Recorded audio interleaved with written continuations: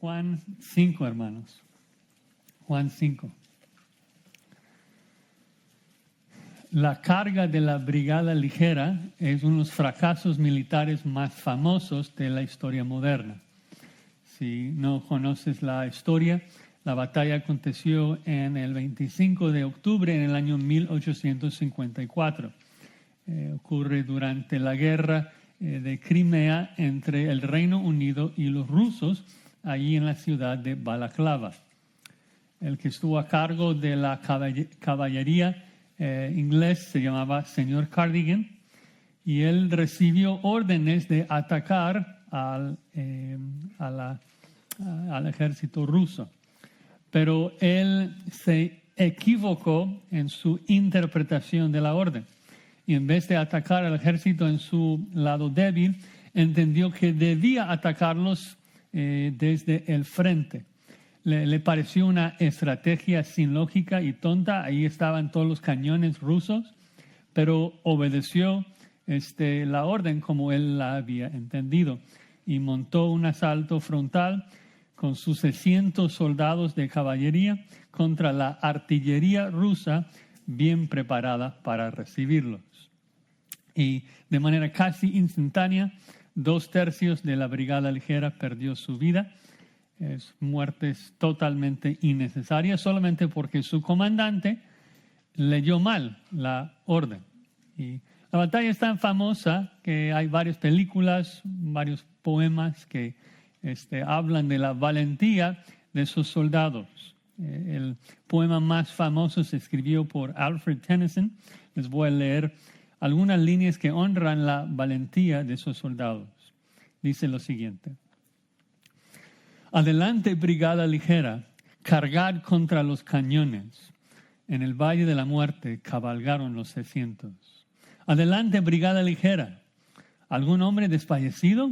No, aunque los soldados no sabían que era un desatino. Pero no estaban allí para replicar ni para razonar. No estaban sino para cumplir y morir. En el Valle de la Muerte cabalgaron los 600. Cañones a su derecha, cañones a su izquierda, cañones a su frente, descargaron y tronaron, azotados por balas y metralla, montaron con audacia hacia los fauces de la muerte, hacia la boca del infierno, cabalgaron los 600. ¿Cuándo se marchita su gloria? Oh, qué carga tan valiente la suya, al mundo entero maravillaron. Honrad la carga que hicieron, honrad a la Brigada Ligera, a los nobles 600. Y alaban la valentía de esos soldados, pero qué tragedia que tantos murieron sin razón por la interpretación equivocada de su líder. Sin embargo, 600 muertos no es nada en comparación a la tragedia de los millones de personas que han muerto por órdenes de falsos maestros que malinterpretaron la Biblia y siguen malinterpretándola. Y en el pasaje que hoy veremos en Juan 5, que tenemos la dicha de estudiar, Cristo sigue regañando a esos falsos líderes judíos que dedicaron sus vidas para estudiar estas órdenes, la Escritura, pero interpretaron mal sus instrucciones para la destrucción repentina de todos los que les siguen.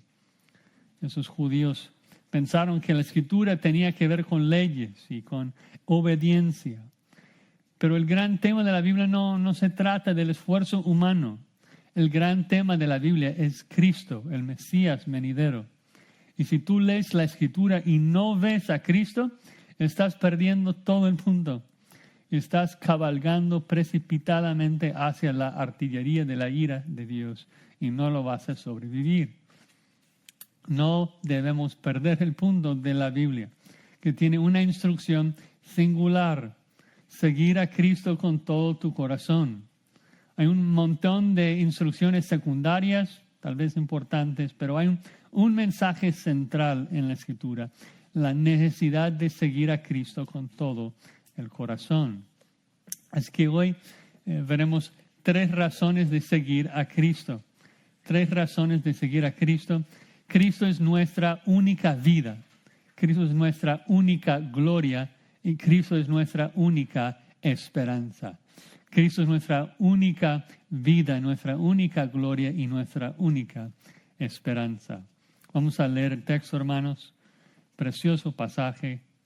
Juan 5, 39 al 47.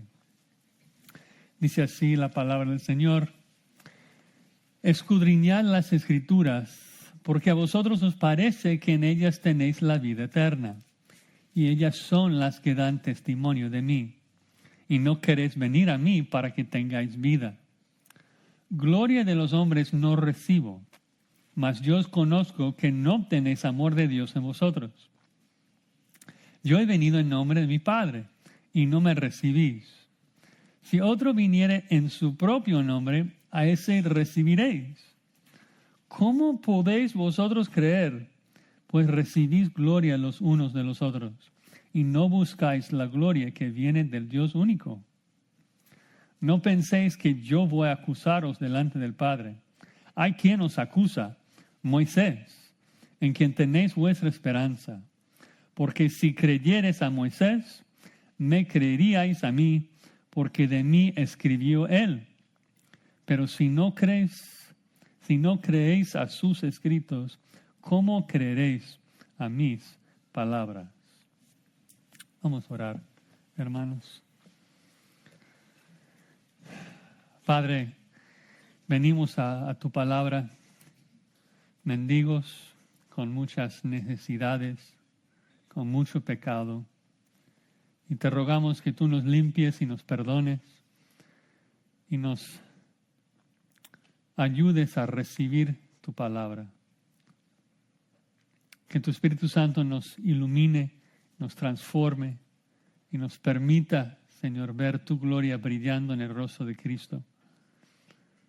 Ayúdanos a exaltarte y glorificarte en la forma que escuchamos tu palabra en esta mañana. Y que no seamos oidores solamente, sino hacedores, viviendo todas nuestras vidas para tu gloria, siguiendo a Cristo todos nuestros días. Y en su nombre oramos. Amén. Bueno, al principio de Juan 5, ¿recuerdan? Cristo sana a un paralítico y lo sana a propósito un día sábado. Le dice que debe cargar su lecho para hacer guerra contra la mafia religiosa de los judíos.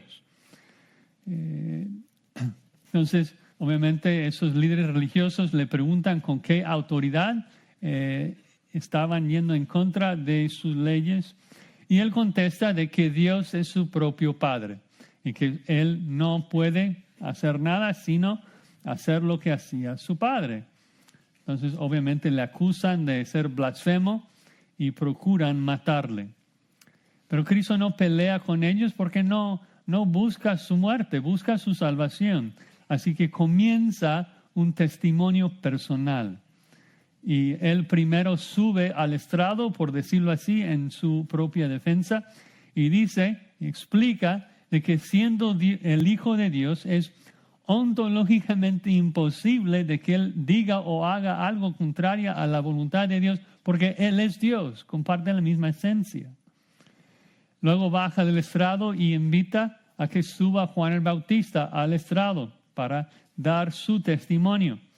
Y recuerda a los líderes religiosos de que Juan mismo es quien dijo, es de Jesús, es el Mesías, el Cordero de Dios que quita el pecado del mundo. Entonces Juan pregunta a los judíos, ¿por qué no creen a Juan? Después explica cómo es un argumento fatal, ¿no?, en contra de los judíos porque ellos tuvieron a Juan por profeta. Luego presenta la evidencia de sus propias obras, que eran señales del Padre que avalaron el mensaje de Cristo de que Él es el Mesías, el Hijo de Dios, que obviamente fue otro argumento incontrovertible porque nadie podría negar las obras, las señales que Él estaba haciendo. Luego llama a su tercer testigo, su Padre, quien, por decirlo así, sube al estrado, pero aunque gritara, este es mi Hijo amado en quien tenga complacencia, los judíos, explica Cristo, no pueden verlo ni escucharlo, porque están muertos por su incredulidad. Y ahora finalmente pide que Moisés suba al estrado como su último testigo, el testimonio final, porque la Escritura testifica de que Jesús es el Hijo de Dios. Todo lo que Moisés profetizó acerca del Mesías, Jesús lo estaba cumpliendo en cada detalle. Todas las promesas de la Biblia que nos ofrecen vida y gloria, esperanza, todo se cumple en Cristo. No hay vida, no hay gloria, no hay esperanza fuera de Él. Entonces, primero veamos que Cristo es nuestra única vida. Cristo es nuestra única vida. Dice el verso 39, escudriñad las Escrituras. Ahora, una pequeña observación ahí del verbo escudriñar. La Reina Valera lo traduce como un mandato, un imperativo. Pero si tienes otra versión como la de las Américas o la Nueva Versión Internacional, ven que lo traducen como una declaración de que es un regaño, que Cristo está diciendo, mira, ustedes, yo sé que ustedes escudriñan la Biblia, ustedes estudian la Escritura, pero están perdiendo todo el punto, ¿no? El verbo griego se puede traducir de las dos maneras, solamente en contexto determina cuál es. Y creo que el regaño tiene mucho más lógica, mucho más sentido en este contexto, de que Cristo está diciendo, mira, ustedes sí están estudiando la Biblia. No tendría sentido darles el mandato de estudiar la Biblia y luego decir de que ellos creen de que en ellas tienen la vida eterna. Entonces, el punto es de que ellos sí estaban estudiando la Escritura de manera meticulosa, pero no la interpretaron correctamente.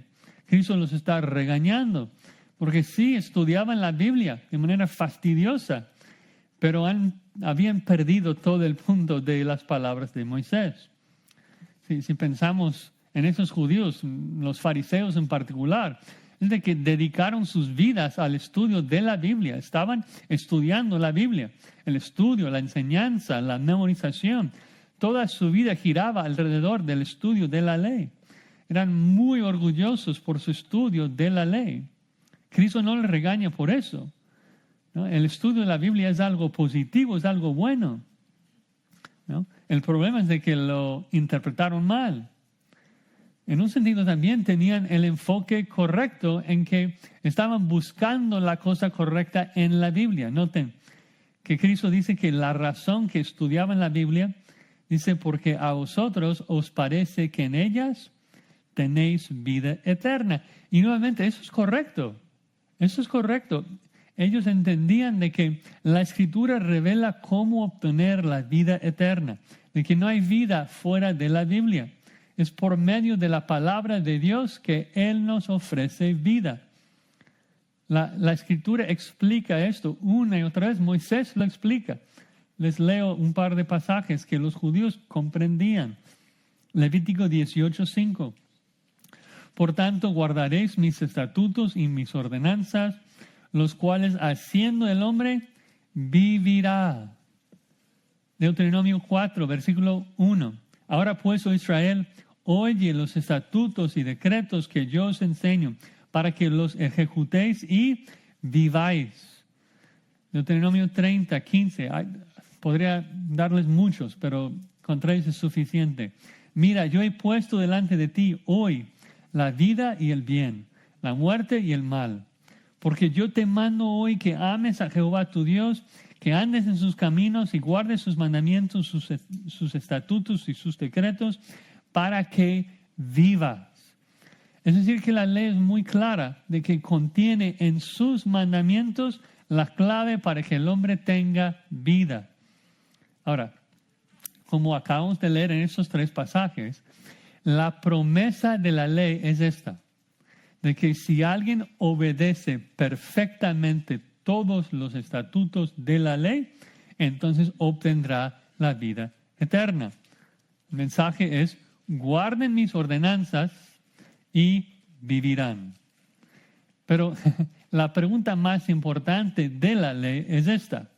Si la ley presenta este camino hacia la vida como viable para el hombre. Si lees Génesis, si lees Éxodo, si lees Levítico, esos libros presentan al hombre como capaz de obedecer perfectamente a Dios. Y la respuesta a esa pregunta es un no definitivo, un no rotundo. Todos los israelitas en cada generación eran de duro servicio, eran incrédulos, eran pecadores, eran perversos, eran idólatras. Entonces, aunque la obediencia a la ley se presenta como un camino hacia la vida eterna para la humanidad, obediencia a la ley no se presenta como medio de salvación para un pecador. ¿Ven la diferencia? La ley dice, obedece y vivirás. Y si alguien pudiera obedecer perfectamente, entonces la promesa sería cierta, ¿no? Y sabemos que es cierta, ¿por qué? Porque hubo uno que lo hizo. Hubo uno que obedeció perfectamente a la ley, cumpliendo con todos sus estatutos y todas sus leyes, y por eso él no mereció morir. Él mereció la vida y pudo morir la muerte que nosotros merecemos. Su nombre es Jesucristo. Pero ya que todos nosotros somos pecadores y no podemos obedecer perfectamente a la ley, lo que hace la ley es guiarnos a la salvación en Cristo. La ley, como Pablo explica en Gálatas 3:24, es nuestro ayo para guiarnos a Cristo. Porque la ley nos revela que somos pecadores, que no podemos cumplir con sus estatutos, y la ley misma es quien nos ofrece al Mesías como la salvación de nuestros pecados. La ley explica de que la fe en Cristo es lo que salva a un pecador. Desde Génesis 3:15, cuando el hombre por primera vez peca, luego Dios ofrece salvación por medio de la promesa de un Mesías venidero. Abraham no llegó a ser justo tampoco por obediencia. Génesis 15:6, Abraham creyó a Jehová y le fue contado por justicia. Y si Dios lo permite, la próxima semana voy a dedicar el sermón entero a ese tema para ver cómo la ley habla de Cristo en su venida. Pero acá en Juan 5, Cristo no explica, solamente hace la afirmación de que Moisés escribió de él. Así que vamos a seguir en el contexto. Y noten ahí al final del versículo 39, Cristo afirma de que las Escrituras, ellas son las que dan testimonio de mí. La Escritura apunta a Cristo, el Mesías, como el Salvador del mundo, como el que perdona nuestro pecado. Porque, por ejemplo, y les recuerdo, lo vamos a ver en otro momento, pero si nos preguntamos, en el Antiguo Testamento, cuando Dios promete y explica cómo va a perdonar a pecadores, ¿cómo promete hacerlo? ¿Por medio de esfuerzos humanos? No. Isaías 53 dice que Él, el Mesías, herido fue por nuestras rebeliones, molido por nuestros pecados. Jehová cargó en Él el pecado de todos nosotros. Por su llaga fuimos curados. La Escritura es clara de que la salvación es mediante la fe en ese Mesías venidero.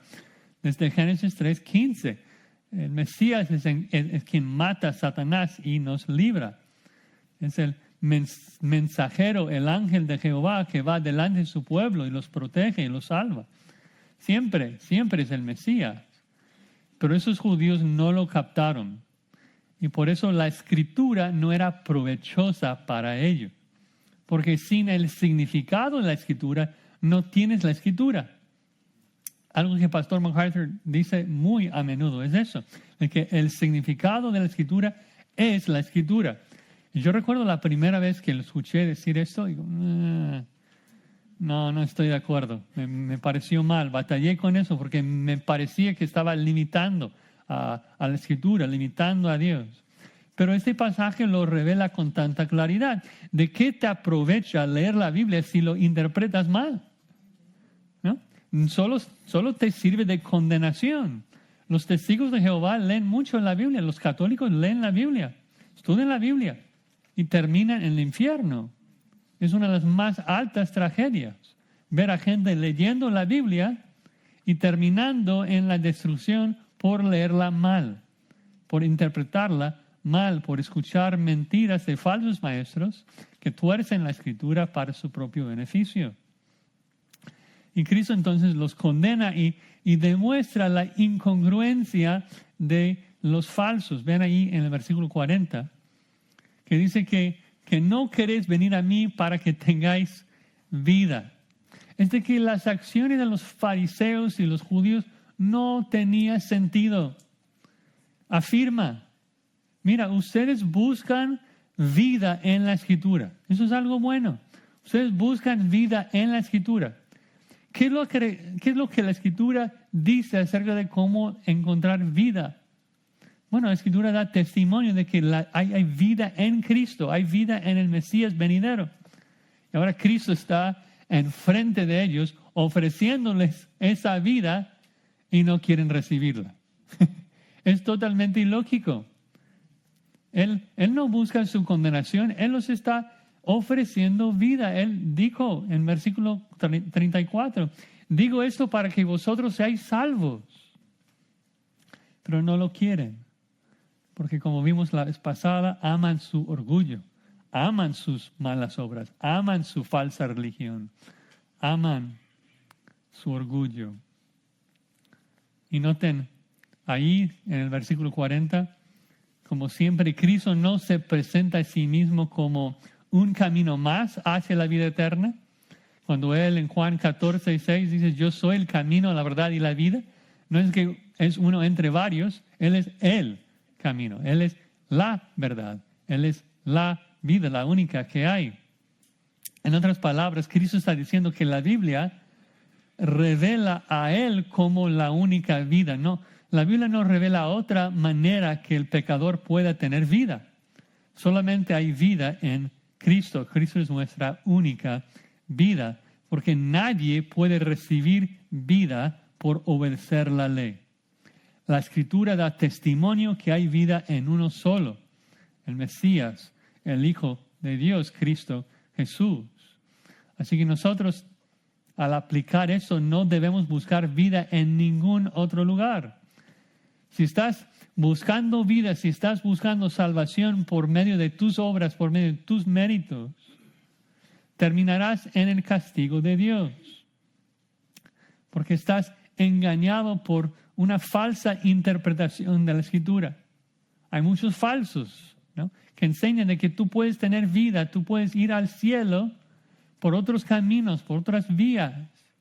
Pero no, la única vida que existe es por medio de Cristo. No hay salvación fuera de Él, no hay otro nombre bajo el cielo en que podamos ser salvos. Él es nuestra única vida. Además, Cristo presenta otra razón de seguirle, es de que es nuestra única gloria. Vean el versículo 41. Gloria de los hombres no recibo. Ahora cuando, hace unos días cuando leí el versículo, digo, ay, qué poco confuso eso, ¿no? ¿Cómo es que Cristo no recibe gloria si Cristo será glorificado por nosotros por toda la eternidad? Millones y millones dirán a gran voz, el Cordero que fue inmolado es digno de tomar el poder, las riquezas, la sabiduría, la fortaleza, la honra, la gloria y la alabanza. Entonces, ¿en qué sentido dice Cristo que no recibe gloria del hombre? Bueno, como veremos en el contexto, su punto aquí es de que no vive para la aprobación y gloria de los hombres. No vive porque quiere recibir alabanza de los hombres. No, Él vive solamente para recibir gloria y aprobación de su Padre. Y eso es un contraste completo a la manera que vivían los líderes religiosos, que solamente vivían para ser exaltados por los hombres. Recuerdan que Cristo dice a la gente en Mateo 6, guardaos de hacer vuestra justicia delante de los hombres, para ser vistos de ellos. De otra manera no tendréis recompensa de vuestro Padre que está en los cielos. Por eso en Mateo 23:5, cuando Cristo está regañando a los falsos maestros, los fariseos, lo hace con esas palabras. Hacen todas sus obras para ser vistos por los hombres, pues ensanchan sus filacterías y extienden los flecos de sus mantos y aman los primeros asientos en las cenas y las primeras sillas en las sinagogas y las salutaciones en las plazas y que los hombres los llamen Rabí, Rabí. Y no debe ser así. Debemos vivir solamente para agradar a Dios, solamente para recibir su aprobación, solamente para recibir su galardón, para recibir su gloria, la gloria que Él ofrece. Y eso es lo que Cristo hacía, vivía para su Padre. No le importaba lo que los hombres decían de Él, Él solamente vivió para la aprobación de su Padre. Ellos no. Vean cómo describe a ellos en versículo 42. Mas yo os conozco que no tenéis amor de Dios en vosotros. Ahora, me encanta esto. Porque si yo estuviera hablando, condenando a los falsos, cuando estoy leyendo esto, yo hubiera esperado que Cristo dijera, bueno, yo no busco la gloria de los hombres, pero ustedes sí buscan la aprobación del hombre. Pero Cristo, en vez de decir esto, va más allá, más profundo. Jesús siempre sabe cómo llegar al mero meollo del asunto. Él explica la razón de por qué ellos vivían solo para el hombre y no para Dios. Y el problema, la razón, al final de cuentas, el pecado que produjo todos sus demás, era que no amaban a Dios. No amaban a Dios, por eso no vivían para Él. No amaban a Dios. Sabían de que debían amar a Dios. Lo sabían. Porque ¿cuál es el gran mandamiento de la ley? Los fariseos lo afirmaban. El mayor mandamiento de la ley, Deuteronomio 6:5, es: amarás a Jehová tu Dios de todo tu corazón, de toda tu alma y con todas tus fuerzas. Ellos tenían ese versículo amarrado en su cabeza, dentro de su filactería. Entonces, sabían que debían amar a Dios. Pero Cristo supo que no amaban a Dios porque vivían solamente para el hombre. Y Dios solamente pide que le amemos, no pide más. Desde la ley en Deuteronomio hasta Apocalipsis, Dios pide que le amemos. Desde Deuteronomio 6 hasta Apocalipsis, cuando Cristo dice a la iglesia en Éfeso que ustedes perdieron su primer amor. Eso fue su acusación única. Amor a Dios debe ser la raíz y motivo de todos nuestros pensamientos, todas nuestras acciones. Amarle y seguirle de todo el corazón, toda alma, todas las fuerzas. Vivir para su aprobación solamente. Pero los judíos no amaban a Dios. Y esto evidenciaba, ¿no?, cómo ellos buscaban la gloria del hombre. Están totalmente mezclados, ¿no? Y si lo piensas, es tan cierto, es tan obvio esto, de que si amas a Dios, vas a vivir solamente para Él, para su aprobación. Si amas a Dios, te interesa agradarlo, te interesa complacerle. Entonces, si pensamos un poco en cómo aplicar eso a nuestras vidas, ¿cómo sabes tú si amas a Dios? Todos estamos aquí, creo, decimos que amamos a Dios, pero ¿cómo sabes si amas a Dios? La respuesta aquí de Jesús es: evalúa tu vida privada. Evalúa si vives para el hombre o no, ¿no? Porque si solo obedeces en público, entonces sabes que vives para ser visto por los hombres. Si obedeces en privado, sabes que vives para aquel que te ve aún en privado. Eso es lo que Jesús explica en Mateo 6. Recuerden, en Mateo 6:6, Cristo instruye: mas tú, cuando ores, en vez de orar como los fariseos, que lo hacían en las esquinas para ser vistos por los hombres, dice, mas tú cuando ores, entra en tu aposento y cerrada la puerta, ora a tu Padre que está en secreto, y tu Padre que ve en lo secreto te recompensará. Esa es la gloria que buscas. Te recompensará. Es la gloria que Cristo buscaba, ¿no? Ahora, aún más Cristo los condena, muestra la incongruencia de sus acciones en el versículo 43 también, al decir de que yo he venido en nombre de mi Padre y no me recibís. Es decir, de que Cristo vino con toda la aprobación del Padre, ¿no? Cristo no solamente fue avalado por las obras, las señales, los milagros, sino que Cristo vino en cumplimiento de todas las palabras de la Biblia. Toda la palabra de Dios apuntaba a Cristo. Cristo vino en su nombre cumpliendo con todo esto. Y a pesar de esto, que Cristo cumplió con todas las profecías del Antiguo Testamento, ellos no le recibieron. No le recibieron según las palabras de su Padre. Sin embargo, vean la ironía. Agrega, si otro viniere en su propio nombre, a ese recibiréis. A ese recibiréis. ¡Qué condenación! Y sabemos que es cierto, porque los judíos aceptaron a muchos falsos cristos. De hecho, en Éxodo 5, Gamaliel nombra a dos, Teudas y Judas el Galileo, que los judíos les siguieron, ¿no? Porque esos falsos, como todo falso, vinieron en su propio nombre. Su mensaje no era acorde a la Biblia, sino que dieron a los judíos lo que ellos mismos querían. No guiaron al pueblo en lo que el Padre mandaba, no guiaba al pueblo en el nombre del Padre, sino que guiaba al pueblo de acuerdo con sus propios intereses, su propio nombre.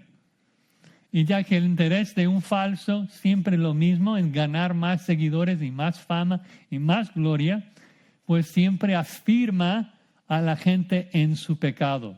Siempre abraza a la gente en su pecado, nunca regaña, nunca corrige. Como Pablo dice en 2 Timoteo 2:4, que en los últimos tiempos se amontonarán maestros conforme a sus propias concupiscencias, ¿no? Van a buscar maestros que les va a dar exactamente lo que ellos mismos quieren.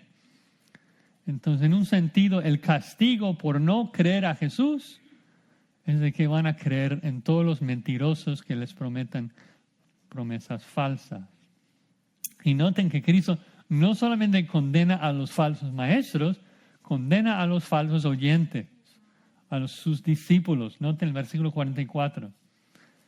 ¿Cómo podéis vosotros creer, pues recibís gloria los unos de los otros? Los maestros y los oyentes.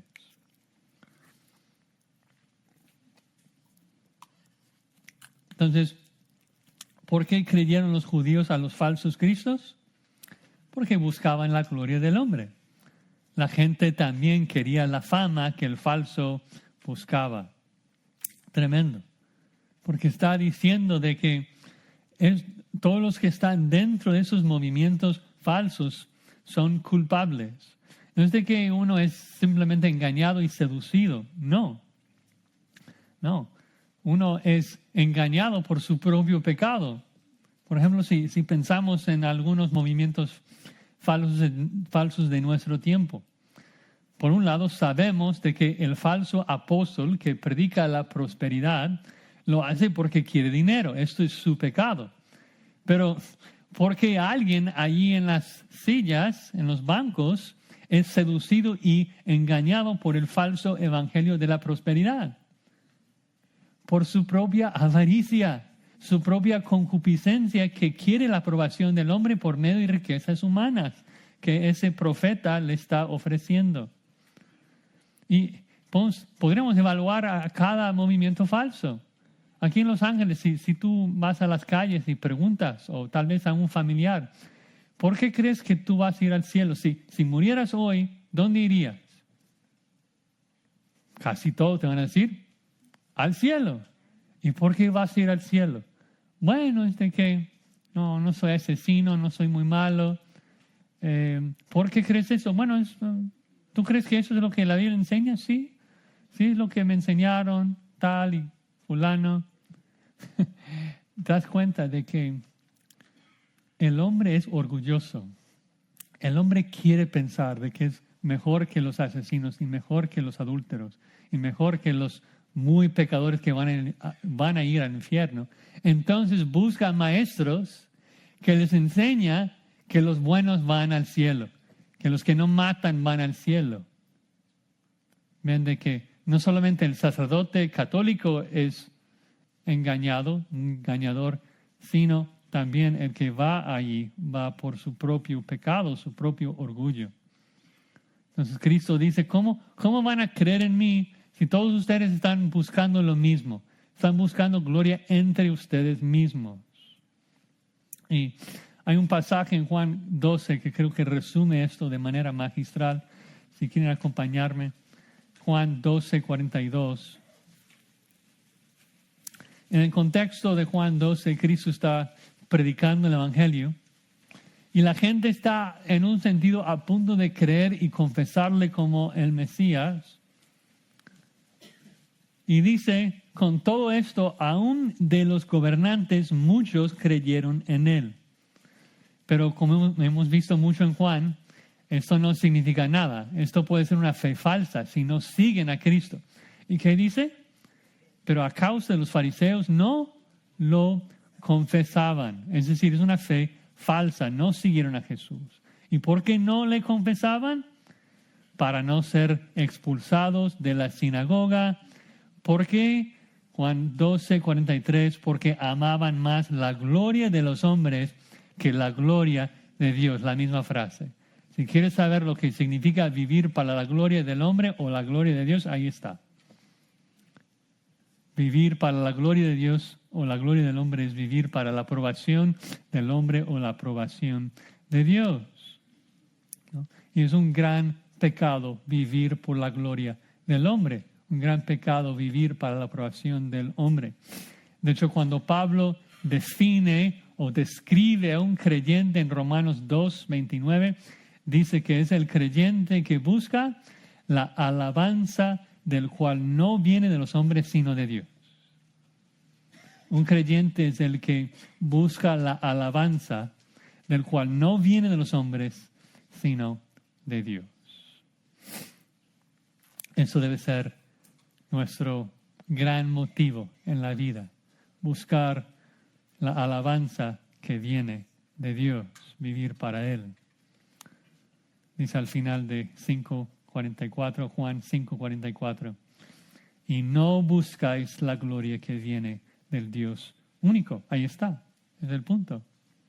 Ellos buscaban la gloria de los hombres, no buscaban la gloria que viene de Dios y por eso rechazaron a Cristo. No estaban interesados en la gloria que viene de Dios porque rechazaron a Cristo. Y es un punto interesante, una conexión interesante aquí entonces. Porque Cristo está explicando que no recibieron a Cristo porque buscaban la gloria que viene del hombre. El inverso de eso entonces es de que la única manera de buscar la gloria que viene de Dios es recibir a Cristo. Recibir a Cristo es la forma en que uno gana, entre comillas, uno recibe la gloria que Dios ofrece, la aprobación. Dicho de otra manera, Dios no aprueba a nadie si no cree en su Hijo. Dios no honra a nadie que no honra a su Hijo. Seguir a Cristo es nuestra única gloria. Nosotros somos gusanos, viles, mendigos. Nuestra única gloria es ser vestidos de la bata de la justicia de Cristo. Es nuestra única alabanza. Es ser en Cristo, estar en Cristo. De creer y seguir a Él como nuestro Señor y Salvador. Si buscas la aprobación del Omnipotente, entonces confía en su Hijo, Jesucristo. Él es tu única gloria. Bueno, finalmente, tercera razón. Cristo es nuestra única esperanza. Nuestra única esperanza. Versículo 45. No penséis que yo voy a acusaros delante del Padre. Entonces, interesante porque tal vez en el contexto uno podría pensar eso, porque Cristo está regañándolos. Cristo parece como que está condenándolos. Pero dicen, no soy yo que los voy a acusar delante de Dios. Porque Cristo no vino para condenar. Cristo vino para salvar. Ya lo vimos en Juan 3, ¿recuerdan? Juan 3:16. Porque de tal manera amó Dios al mundo que ha dado a su Hijo unigénito para que todo aquel que en Él cree no se pierda, mas tenga vida eterna. Porque no envió Dios a su Hijo al mundo para condenar al mundo, sino para que el mundo sea salvo por Él. Entonces, Cristo ya les ha explicado en Juan 5:34, quiero salvarlos. Tiene el deseo de salvarlos. Entonces, si Él no viene para condenarlos, ¿quién los va a condenar? ¿Quién los va a acusar? Bueno, versículo 45. Hay quien os acusa, Moisés, en quien tenéis vuestra esperanza. Moisés les va a acusar. Entonces, ¿cómo es que Cristo los está condenando, pero Moisés es quien los va a acusar? Bueno, pensando tal vez en una ilustración, es como que estás trabajando con unos compañeros de trabajo y el jefe está afuera. Estás trabajando con ellos y ellos comienzan a hacer las cosas mal, a no trabajar, dañar las cosas. Entonces tú les corriges, tú les exhortas, no lo hagas. Y ellos sienten como que tú les vas a acusar al jefe, que tú les vas a condenar. Y tú les dices, no, yo no voy a acusarlos. Pero es que el jefe tiene cámaras aquí, él ve lo que están haciendo. Y yo simplemente estoy advirtiéndoles de lo que viene si sigues haciendo las cosas mal. Las cámaras te van a acusar, no yo. Yo solamente les estoy advirtiendo. Jesús dice, yo no los voy a acusar. Es de que Moisés les acusa. O sea, su palabra misma, ya son acusados y condenados por las palabras de Moisés. Y me encanta cómo agrega, en quien tenéis vuestra esperanza. Ellos creyeron que la ley de Moisés era su salvación. Ellos tenían esperanza en Moisés. Pensaron que Moisés mismo iba a justificarlos delante de Dios. Que ellos por obedecer la Torá eran mejores que los gentiles, ¿no? En los gentiles seguramente iban a ir al castigo, sí, pero no ellos. Porque ellos se apegaron a las palabras de Moisés en su mente. Pero Cristo dice no, porque están malinterpretando las palabras de Moisés. Han perdido todo el punto de Moisés. Y en el gran día final, por decirlo así, Moisés va a subir al estrado y condenarlos porque malinterpretaron sus palabras. Porque el punto de Moisés en la ley es de que no es por esfuerzo humano, sino que la salvación es por creer en el Mesías venidero, ¿no? Entonces, Moisés es quien iba a acusarlos por su malinterpretación de la ley. Malinterpretación. Un comentarista dice lo siguiente: si la observancia escrupulosa de la ley llevaba a la gente a esperar la salvación en la misma ley y a rechazar al Mesías al que apuntaba la ley, entonces la propia ley con su autor humano Moisés debían levantarse en acusación indignada. ¿Sí? Estaban acudiendo a la ley en contra de lo que la ley decía. Entonces Moisés les iba a acusar por no creer en su mensaje, porque el mensaje de Moisés era el Mesías venidero, ¿no? La Biblia da esperanza. La Biblia está rellena, totalmente llena de esperanza, pero esperanza no en nuestras obras, sino esperanza en Cristo. Entonces dice versículo 46, porque si creyeseis a Moisés, me creeríais a mí, porque de mí escribió él. Entonces, solo para abrirles el apetito un poquito, si pensamos en los primeros 5 libros de la ley, es de que desde el comienzo de la ley, la primera vez que el hombre peca en Génesis 3:15. La salvación se presenta como por medio del Mesías, el que va a herir a Satanás en la cabeza. Y obviamente esa simiente de Eva no puede ser un mero humano, porque un mero humano no podría herir a Satanás, un ser espiritual de mucho poder, ¿no? Luego el libro de Éxodo describe cómo Moisés hablaba cara a cara con Dios. Moisés le llama el mensajero, el ángel de Dios, que va delante del pueblo. Vemos en Levítico cómo el sacrificio de un cordero fue un sustituto para morir en lugar de pecadores, que habla de la necesidad de un sustituto humano. Vemos en pasajes como en Números 24, de la estrella que saldrá de Jacob, que se levantará cetro de Israel para destruir a todos sus enemigos. Vemos en pasajes como Deuteronomio 18, de un profeta como o semejante a Moisés, pero uno que hablaría toda la palabra de Dios a su pueblo. Que la ley está llena de referencias explícitas al Mesías. Toda la Biblia apunta al Mesías. Y los judíos del primer siglo habían perdido todo el punto de lo que Mesías iba a hacer. Por su orgullo confiaban en sus propias obras. Recuerden que aún los seguidores de Cristo no entendían eso. Después de la resurrección, ahí en Lucas 24:25, hay dos seguidores que van caminando hasta Emaús.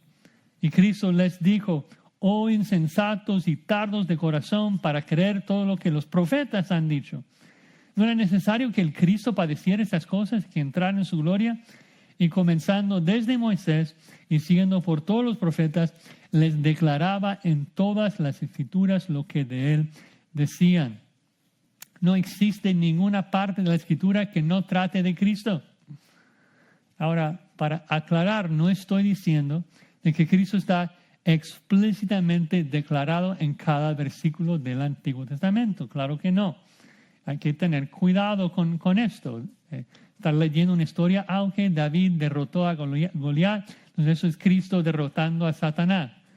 No, o sea, las historias tienen su sentido normal, su significado literal, pero te das cuenta de que después de interpretar el pasaje correctamente, sí te lleva, sí te apunta a Cristo, el segundo David, el hijo de David, que promete derribar a nuestro enemigo.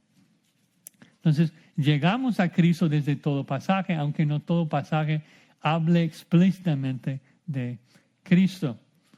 Pero noten, si ellos rechazaron a Moisés, si ellos interpretaron mal a Moisés, entonces, versículo 47, Cristo termina su defensa al decir: pero si no crees a sus escritos, ¿cómo creeréis a mis palabras? El mismo argumento que usó con Juan el Bautista, su otro testigo, de que Juan había subido al estrado a decir: Jesús es el Mesías, el Cordero que quita el pecado del mundo. Y Cristo, como un abogado invencible, pregunta a los líderes: ¿por qué no creen a Juan entonces? Y ahora, como último testigo, Moisés ha subido al estrado. Moisés ha testificado en toda la ley acerca de que Jesús es el Mesías, porque Jesús cumple con todas las promesas y profecías de las cuales Moisés escribió, pero ellos no creen a Moisés. Cristo dice: si no crees a Moisés, entonces obviamente no van a creer a mí. No me va a creer porque Moisés escribió de mí. Entonces Cristo les regañaba porque tenían su esperanza en la ley, y la ley solamente ofrecía esperanza en Cristo, no por la obediencia de la ley. La ley presenta a Cristo como nuestra única esperanza, el que mata a Satanás, el que salva a su pueblo, el que reina eternamente.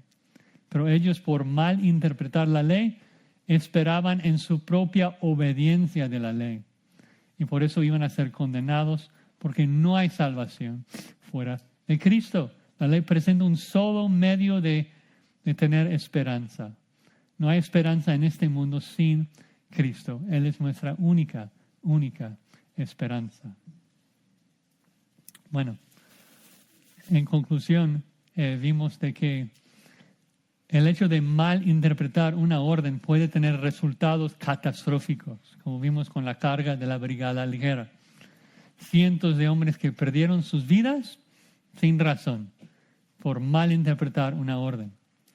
Pero eso no es nada en comparación a los millones y millones de personas que pierden sus vidas siguiendo las instrucciones de falsos maestros que interpretan de manera equivocada a las Escrituras, que engañan a la gente aprovechándose de sus propios deseos pecaminosos, de su orgullo, de su avaricia. Así que cuidado de permitir que tus deseos pecaminosos te guíen a falsas promesas que te prometen vida y gloria y esperanza fuera de Cristo. Cristo es nuestra única vida, nuestra única gloria y nuestra única esperanza.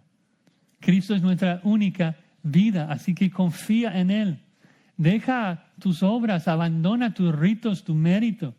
Reconoce que tú eres un mendigo espiritual, que estás en bancarrota espiritual y la única manera de tener vida en la eternidad es por medio de Cristo, el que obedeció perfectamente a la ley por nosotros, el que murió la muerte que nosotros merecemos, el que resucitó al tercer día para nuestra justificación.